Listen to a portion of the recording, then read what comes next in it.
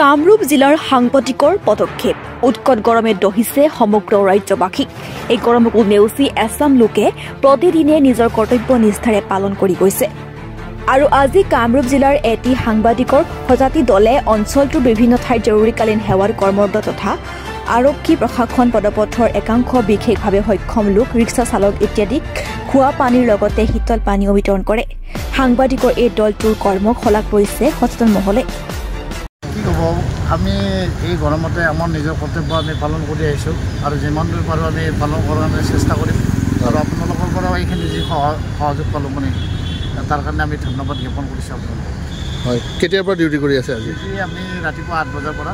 যথেষ্ট গৰম আজি, যথেষ্ট গৰম হ'লেওতো মানে এক্সিডেণ্ট কম নহয় ন, গৰম হ'লেওতো 2-এটা এক্সিডেণ্ট হ'বই। আমি ট্ৰাফিকৰ মানে আমি থাকিবই লাগিব ৰাস্তাত, সেইটো আমাৰ ডিউটি। যাব এনেকৈ যাব আৰু ঠিক আছে।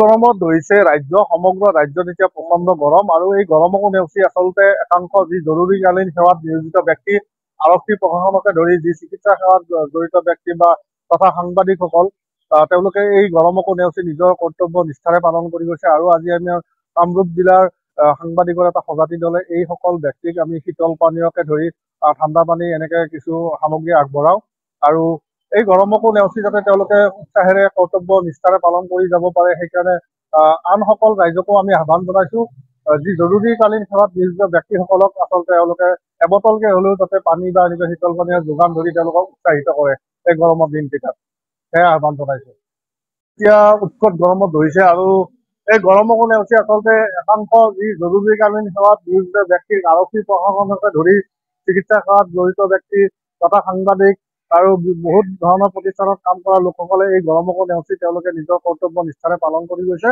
আৰু আজি আমি কামৰূপ জিলাৰ সাংবাদিকসকলৰ এটা সজাতি দলে এইসকল লোকক আমি শীতল পানীয় লগতে ঠাণ্ডা পানী এনেকুৱা ধৰণৰ কিছুমান বস্তু আমি যোগান ধৰোঁ। আৰু এই গৰমত আহ্বান জনাম যে আন কিছু লোকসকলে এনেকৈ যাতে এই গৰমৰ দিনকেইটাত এনেকুৱা ধৰণৰ জৰুৰীকালীন সেৱাত নিয়োজিত ব্যক্তিসকলক এনেকুৱা ধৰণৰ শীতল পানীয় হওক বা ঠাণ্ডা পানীৰ বটল এটা হ'লেও যাতে আগবঢ়ায় আৰু তেওঁলোকে যাতে এনেকৈ নিষ্ঠাৰে কৰ্তব্য পালন কৰি যোৱাত সহায় হয়। উত্তৰ গুৱাহাটীৰ পৰা হিমাংকু ৰাখৰ ৰিপৰ্ট, এনি লাইভ।